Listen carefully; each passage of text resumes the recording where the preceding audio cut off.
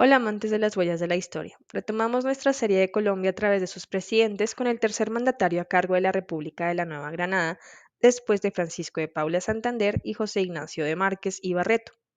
Se trata en esta ocasión de Pedro Alcántara Herrán, uno de los generales a cargo de la defensa del sur de la nación por parte del gobierno de Márquez durante la Guerra de los Supremos que se presentó entre 1839 y 1842. Como aprendimos en el episodio dedicado a Márquez, pese a que fue un gran respetuoso de la ley y ayudó a la República a mejorar su economía en déficit desde las luchas de independencia, el hecho de que como presidente no estuviera al frente de la lucha en el conflicto entre supremos fue algo que para la población pesó bastante al momento de evaluar su presidencia y se fue por la puerta trasera, dejando la atención más en quienes lo apoyaron, los generales Alcántara Herrán y Cipriano de Mosquera. Pues es precisamente el primero quien es elegido como su reemplazo en 1841. Volviendo sobre su historia, Pedro Alcántara Herrán Martínez de Saldúa nació el 19 de octubre de 1800 en Santa Fe de Bogotá dentro de una familia muy privilegiada de la época. Era hijo del capitán Pedro Antonio Fernández de la Herrán y Ruiz y de doña María Matea Martínez, así como hermano mayor del sacerdote católico y arzobispo de Bogotá, Antonio Herrani Martínez. Por parte de su madre tenía una fuerte conexión con la Iglesia Católica, pues era primo en segundo grado del sacerdote español Baltasar Jaime Martínez Compañón. Por su estatus privilegiado,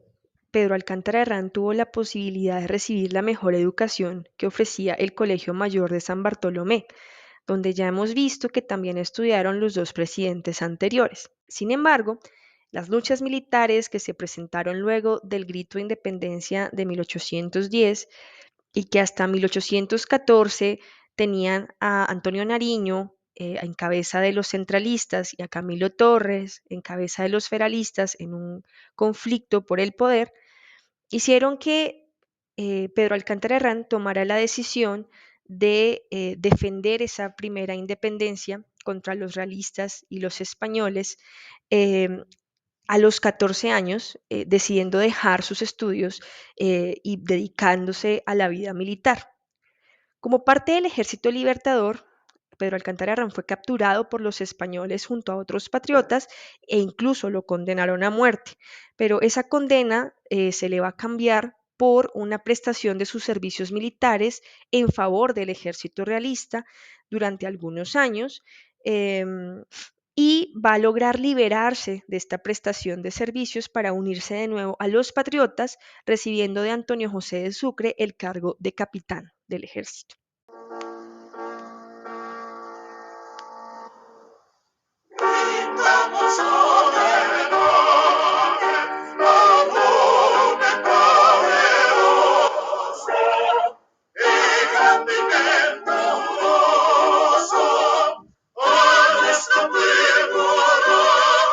Simón Bolívar, durante su participación en el ejército, le va a reconocer la dedicación, talento y disciplina que Pedro Alcántara Herrán tuvo durante varias batallas independentistas en Ecuador y Perú, y por eso lo va a nombrar intendente de Cundinamarca en 1828, siendo ascendido muy poco después a general.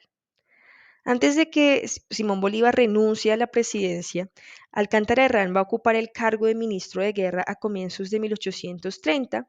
y ya con Santander en el poder se le va a nombrar como secretario de la legación ante la Santa Sede en 1832.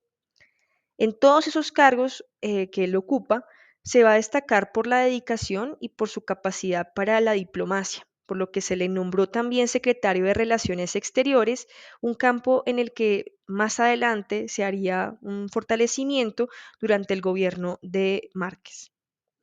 Precisamente en este periodo presidencial, José Ignacio de Márquez le va a pedir ayuda a Alcántara Herrán en Pasto para luchar contra el levantamiento popular liderado por el ahora supremo de la región, José María Obando, en contra de la clausura de los conventos y monasterios en lo que se conoció en nuestra historia como la Guerra de los Supremos. Este conflicto tenía a varios líderes de diferentes regiones aprovechando la situación con los monasterios para levantarse en favor de cada región y digamos que se alimentaban del descontento social, perdón, para radicalizar su defensa de cada parte del territorio ante los descuidos del gobierno central. Como habíamos hablado en el episodio 10, esa guerra de los supremos es una nueva versión de esas tensiones que se habían presentado en el pasado entre federalistas y centralistas, que se recargó ahora de las dificultades que se presentaron luego de las batallas de independencia que lideró Bolívar para organizar la nación. Y que mostraban las desventajas de tomar decisiones desde Bogotá sin que se reconocieran las tensiones ideológicas, culturales, económicas y sociales del resto del territorio. Bueno, pues por esta lucha interna, José Ignacio de Márquez no sale muy bien parado y uno de los propuestos para relevarle en su cargo como mandatario nacional es precisamente el general Pedro Alcántara Herrán. José Ignacio de Márquez completa su periodo de gobierno y Pedro Alcántara es elegido para el periodo presidencial de 1841 a 1845 con el general Domingo Caicedo como vicepresidente. En medio de la guerra, cuando toma el poder, Alcántara Herrán se dedica sobre todo a luchar en el norte del país y su vicepresidente asume las decisiones de gobierno, en compañía del presidente del Consejo de Estado, el antioqueño Juan de Dios Aranzazu. Al finalizar la guerra, con la firma del Acuerdo de Ocaña, Pedro Alcántara Herrán asume el poder en 1842 y decide presentar ante el Congreso la idea de reformar la Constitución de 1832 a la luz de los conflictos recientes, buscando mantener el orden público y la paz entre las regiones. También en 1842, luego de presentar esa petición, esa idea de una nueva constitución, va a contraer matrimonio con la hija mayor del general Tomás Cipriano de Mosquera, doña Amalia Mosquera y Arboleda, recordando que Tomás Cipriano de Mosquera luchó junto con él en la Guerra de los Supremos para tratar de contener a esos supremos que se estaban levantando contra el gobierno. La nueva Carta Constitucional va a ser sancionada por el presidente el 20 de abril de 1843 para fortalecer el poder ejecutivo ante los conflictos sociales y mantener la paz. Se le va a conocer históricamente como la Constitución de la Nueva Granada. Con ayuda del ministro del Interior, don Mariano Espina Rodríguez, y a quien es importante que resaltemos ese nombre para mucho más adelante, va a sancionar impulsar una nueva reforma educativa con mayor énfasis en la educación pública,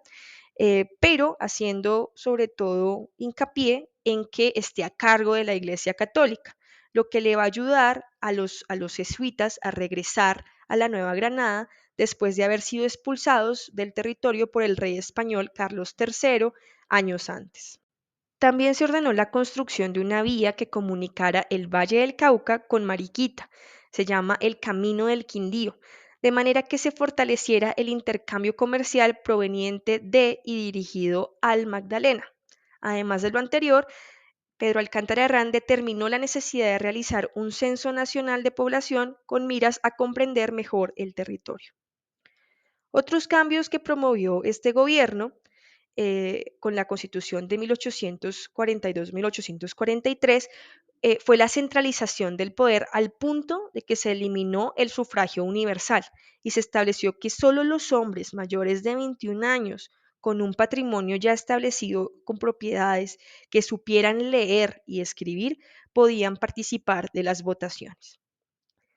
Este gobierno se va a distanciar muchísimo de los gobiernos anteriores en este sentido, ya que hasta el momento Francisco de Paula Santander y José Ignacio de Márquez habían querido abrir paso a la educación laica, la libertad de cultos y la autonomía regional, incluso habían hablado de libertad de prensa, tendiendo a la limitación de la Iglesia Católica, aunque sin desconocer que era un aspecto importante de la sociedad. Sin duda, esa guerra civil en la que participó Pedro Alcántara Herrán le mostró la necesidad de tener esa tendencia a lo laico, llegando a ordenar la profesión oficial de la religión católica, apostólica y romana y la abolición de la libertad de prensa. La presidencia de Pedro Alcántara Herrán terminó con la entrega del poder el 1 de abril de 1845 a su suegro y compañero de armas durante la Guerra de los Supremos, don Tomás Cipriano de Mosquera. Él, durante su presidencia, logró su propósito de mantener la paz durante su mandato y de fortalecer el poder del gobierno central para afrontar posibles dificultades sociales. Sin embargo, su experiencia con la guerra y su cercanía familiar con la Iglesia Católica sentaron las bases para nuevas tensiones debido a las limitaciones de las libertades y derechos de gran parte de la población nacional.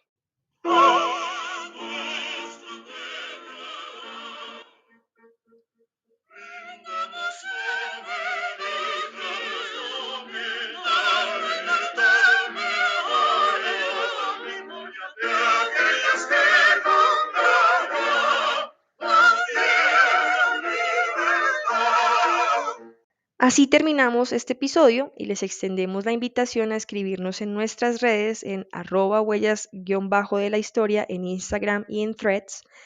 @huellasporcol en Twitter o a nuestro correo electrónico huellasdelahistoria.col@gmail.com.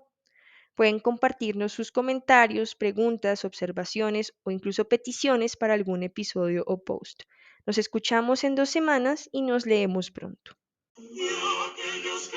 con gloria nos dieron libertad, nos dieron